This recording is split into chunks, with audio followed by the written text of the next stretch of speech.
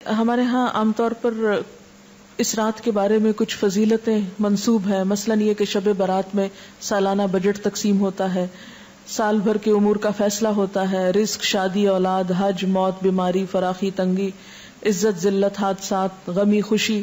اس رات بعض لوگوں کو مردوں میں لکھ دیا جاتا ہے۔ تو یہ سب باتیں جو ہے من گھڑت ہیں، ان میں سے کسی ایک چیز کی بھی حقیقت نہیں۔ یہ سب کچھ لیلۃ القدر تقدیر کی رات میں ہوتا ہے، نہ کہ شعبان کی 15 رات میں۔ اسی طرح اگر آپ 15 کو آتش بازی کرتے ہیں یا حلوہ پکاتے ہیں تو وہ آپ کا لوکل کلچر تو ہو سکتا ہے، اس کا اسلام سے کوئی تعلق نہیں، کیونکہ اس کے بارے میں نہ کوئی تعلیم قرآن پاک سے ہم کو ملتی ہے اور نہ ہی نبی صلی اللہ علیہ وسلم کی سنت سے۔ مثلاً اس رات میں کیا ہوتا ہے؟ حلوہ پکایا جاتا ہے اور دوسروں کو کھلایا جاتا ہے، مردوں کی فاتحہ دلائی جاتی ہے، چراغاں کیا جاتا ہے، کینڈلز وغیرہ لوگ چھتوں پر جلاتے ہیں، اور اب اس کی جگہ دوسری بجلی کی بتیاں بھی جلائی جاتی ہیں، آتش بازی کی جاتی ہے، گھروں میں خاص طور پر رنگ روغن کیا جاتا ہے، صاف کیا جاتا ہے۔ لیکن اگر غور کیا جائے تو ان میں سے کوئی بھی چیز اپنی اصل کے اعتبار سے قرآن اور سنت سے نہیں ہے۔ پھر اسی طرح یہ ہے کہ بعض لوگ 15 شب کو جاگتے ہیں اور صبح روزہ رکھتے ہیں، اور ان کے نزدیک یہ رات کو جاگنا اور صبح روزہ رکھنا جو ہے یہ سارے گناہوں کی معافی کا ذریعہ ہے۔ اس کے بارے میں ایسی کوئی بشارت یا کوئی فضیلت کسی صحیح حدیث میں نہیں آئی۔ ایک ضعیف حدیث میں ایسی چیز ملتی ہے، اور شعبان کی 15ویں رات قیام کرو اور دن کو روزہ رکھو، کیونکہ اللہ تعالیٰ اس دن آسمان دنیا پہ تجلی فرما کر کہتا ہے کہ ہے کوئی بخشش مانگنے والا کہ اسے بخش دوں۔ یہ تو ہر رات میں ہوتا ہے۔ صحیح حدیث سے کیا پتہ چلتا ہے کہ ہر رات اللہ تعالیٰ آسمان دنیا پہ نزول فرماتے ہیں اور یہی فرماتے ہیں کہ ہے کوئی بخشش مانگنے والا کہ میں اسے بخش دوں، ہے کوئی مصیبت زدہ کہ میں اس کی مصیبت دور کروں۔ اس کے لیے صرف 15 رات مخصوص نہیں ہے۔ اس لیے اگر کوئی اپنے شوق سے کسی ایک رات میں جاگنا چاہے تو وہ صرف 15 نہ جاگے، 13 بھی جاگ لے، 14 بھی جاگ لے، یا کوئی اور رات بھی شعبان کی جاگ لے، صرف اسی رات کو مخصوص نہیں کرنا چاہیے۔ عام طور پر لوگ یہ کہتے ہیں کہ کیا فرق پڑتا ہے، کوئی نیکی کرتا ہے تو کرتا رہے، تو ٹھیک ہے، وہ ان کی مرضی۔ لیکن اگر کوئی یہ سمجھے کہ اس نیکی سے میرے سارے گناہ معاف ہو جائیں گے یا میرے اگلے پچھلے گناہوں کی صفائی ہو جائے گی، تو ایسی کوئی توقع نہیں رکھنی چاہیے۔ وہ تو یہ بھی ہو سکتا ہے کہ آپ کسی بھی وقت اللہ سے رو کر دعا مانگے تو ہو سکتا ہے پچھلے سارے گناہ معاف ہو جائیں۔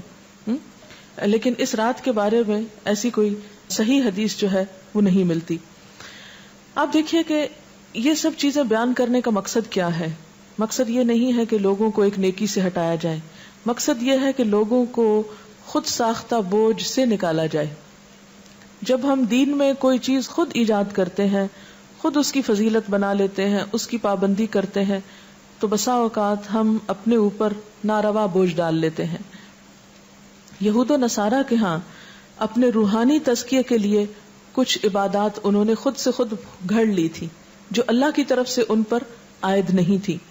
آہستہ آہستہ کیا ہوا، وہ اصل عبادات سے بالکل دور چلے گئے اور خود ساختہ عبادات اپنی گردن پر لاد لی، اور نتیجہ کیا ہوا کہ وہ ایک وقت آیا کہ وہ بالکل دین سے بیگانہ ہو گئے۔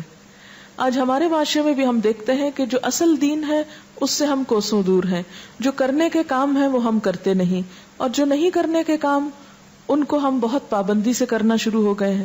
اس کا نتیجہ کیا نکلا ہے کہ ہم ایسے بوجھ تلے دب گئے ہیں کہ جس نے ہم سے ہمارے فرائض بھی بعض اوقات چھڑا دیے۔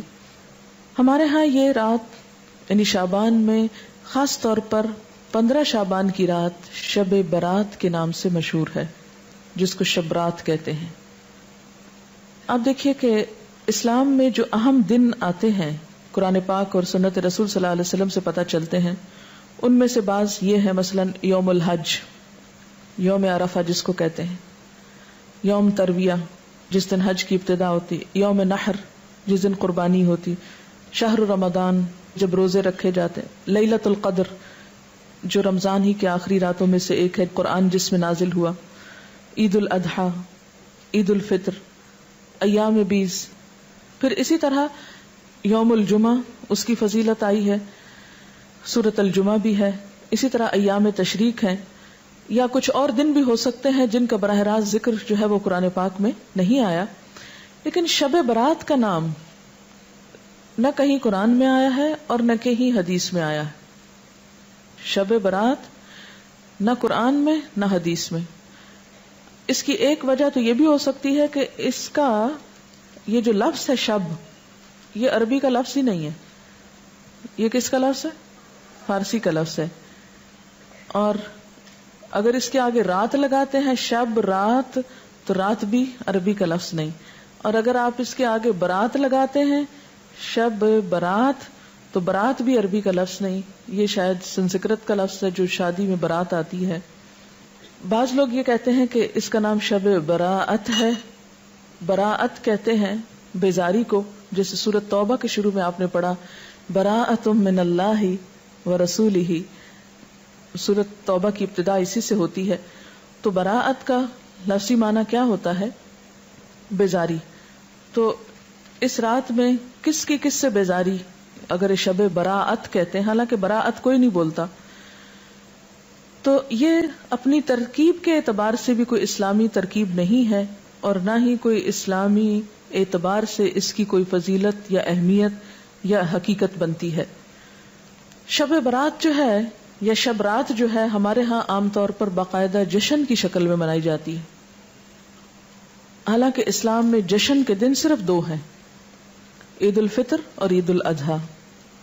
ایک آیت جو عام طور پر اس رات کے بارے میں قرآن پاک سے کوٹ کی جاتی ہے، وہ سورۃ الدخان کی یہ آیت ہے، انا انزلناہ فی لیلۃ مبارکۃ انا کنا منذرین فیہا یفرق کل امر حکیم. اس آیت کے بارے میں لوگوں نے یہ مشہور کر رکھا ہے کہ یہ 15 شعبان کے بارے میں ہے.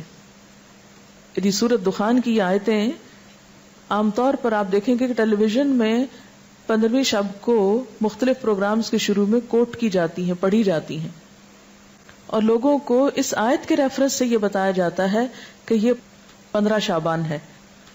حالانکہ اس آیت کا نزول کب ہوا؟ مکہ میں ہوا، اور مکہ میں معراج سے قبل. اور پھر اس آیت میں جو بات پتہ چلتی ہے وہ کیا کہ اس مبارک رات میں قرآن پاک نازل کیا گیا، انا انزلناہ فی لیلۃ مبارکۃ. قرآن پاک ہی کی ایک اور آیت سے کیا پتہ چلتا ہے کہ قرآن پاک کب نازل ہوا؟ آپ بتائیے. رمضان میں نازل ہوا. سورۃ البقرہ کی آیت شہر رمضان الذی انزل فیہ القرآن، کہ رمضان وہ مہینہ ہے جس میں قرآن پاک نازل کیا گیا. پھر وہ رات شعبان میں کیسے آ گئی؟ پھر دوسری بات یہ ہے کہ سورۃ القدر کے شروع میں کیا آتا ہے؟ انا انزلناہ فی لیلۃ القدر.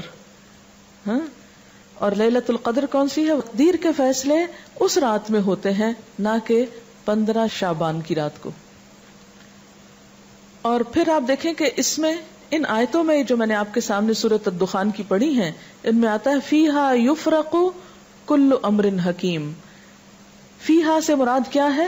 اس رات میں یفرق تقسیم کیے جاتے ہیں، کل امر سب کام، حکیم حکمت والے، یعنی ہر قسم کے فیصلے اس رات میں فرشتوں کے حوالے کیے جاتے ہیں، ان کو دے دیے جاتے ہیں. تو اس سے بھی کیا پتہ چلتا ہے کہ سورۃ الدخان کی یہ آیت 15 شعبان کے بارے میں نہیں ہے، بلکہ لیلۃ القدر کے بارے میں ہے، جس میں قرآن پاک بھی نازل ہوا اور جس میں لوگوں کی قسمتوں کے بھی فیصلے کیے جاتے ہیں.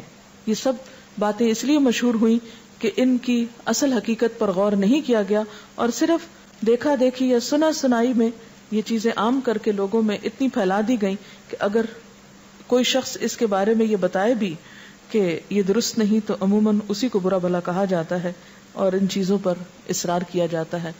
یہ تھی اصل حقیقت جو میں نے آپ کے سامنے رکھی ہے. اگر آپ چاہیں تو اس کو قبول کر لیں، اور چاہیں تو آپ وہی کریں جو آپ کرتے رہتے ہیں، کیونکہ میرا حساب بھی اللہ کے ذمہ ہے اور آپ کا بھی. ہم میں سے کوئی کسی کا ذمہ دار بنا کے نہیں بھیجا گیا، ہر ایک کو خود جواب دہی کرنی ہے. فرض یہ بنتا ہے کہ جو بات انسان کو معلوم ہو وہ دوسروں تک پہنچا دے. تو خلاصہ کیا ہے ساری گفتگو کا کہ نمبر 1 کہ بابرکت رات جس کی طرف سورۃ الدخان میں اشارہ کیا گیا ہے وہ لیلۃ القدر کی رات ہے، اور لیلۃ القدر رمضان کی رات ہے، 15 شعبان کی رات نہیں ہے. اور اس کے علاوہ جو رسم و رواج عموماً اس رات کے حوالے سے کیے جاتے ہیں وہ اسلامی کلچر کا حصہ نہیں. اور انہی رسموں کے بارے میں ہی علامہ اقبال نے کہا تھا وضع میں تم ہو نصارہ تو تمدن میں ہنود، یہ مسلمان ہیں جنہیں دیکھ کے شرمائے یہود، یہ امت روایات میں کھو گئی حقیقت خرافات میں کھو گئی. تو بات یہ ہے کہ خرافات اتنی عام ہو گئی ہیں کہ اصل حقیقت ہماری نظروں سے اوجھل ہو گئی ہے.